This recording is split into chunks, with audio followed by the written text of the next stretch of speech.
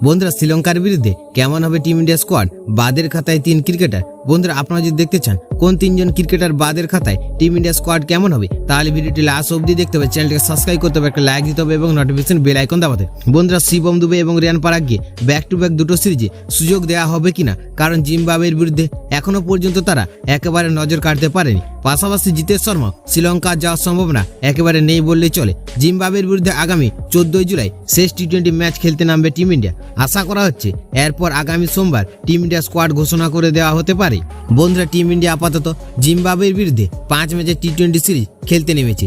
এই সিরিজ শেষ হতে না হতেই শ্রীলঙ্কা সফরের উদ্দেশ্যে রওনা দেবে ভারতীয় ক্রিকেট দল। এই সিরিজের সূচি আনুষ্ঠানিকভাবে ঘোষণা করে দেওয়া হয়েছে। প্রথম 3টি ম্যাচের টি20 সিরিজ খেলা হবে।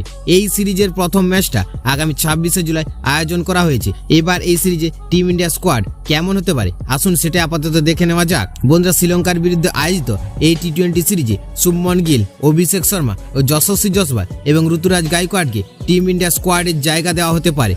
কিন্তু এই 4 জন ক্রিকেটার যে দলের প্রথম একাদশে সুযোগ পাবেন এমন কোনো নিশ্চয়তা পাওয়া যায়নি, কারণ এই সিরিজে কামব্যাক করতে পারেন সূর্যকুমার যাদব। শুধু তাই নয়, দেখা যেতে পারে ঋষভ পান্তকেও। এছাড়া অক্ষর প্যাটেল, আর্শদীপ সিং ও মোহাম্মদ সিরাজ ইতিপূর্বে টি20 বিশ্বকাপ জয়ী স্কোয়াডে গুরুত্বপূর্ণ সদস্য ছিলেন, ফলে তারাও ভারতীয় ক্রিকেট দলে প্রত্যাবর্তন করতে পারেন। বন্ধুরা যদি সঞ্জু স্যামসন এবং রিঙ্কু সিং এর কথা বলতে হয় বন্ধুরা, তাহলে এখনই তাদের ব্যাপারে বলা খুব মুশকিল। বন্ধুরা শ্রীলঙ্কার বিরুদ্ধে আসন্ন টি20 সিরিজে সম্ভাব্য ভারতীয় স্কোয়াড: হার্দিক পান্ডিয়া অধিনায়ক, Shubman Gill, Yashasvi Jaiswal, Ruturaj Gaikwad, Abhishek Sharma, Sanju Samson wicket keeper, Rishabh Pant wicket keeper, Suryakumar Yadav, Rinku Singh, Axar Patel, Washington সুন্দর, কুলদীপ যাদব, আর্শদীপ সিং, মোহাম্মদ সিরাজ ও খালিল আহমেদ।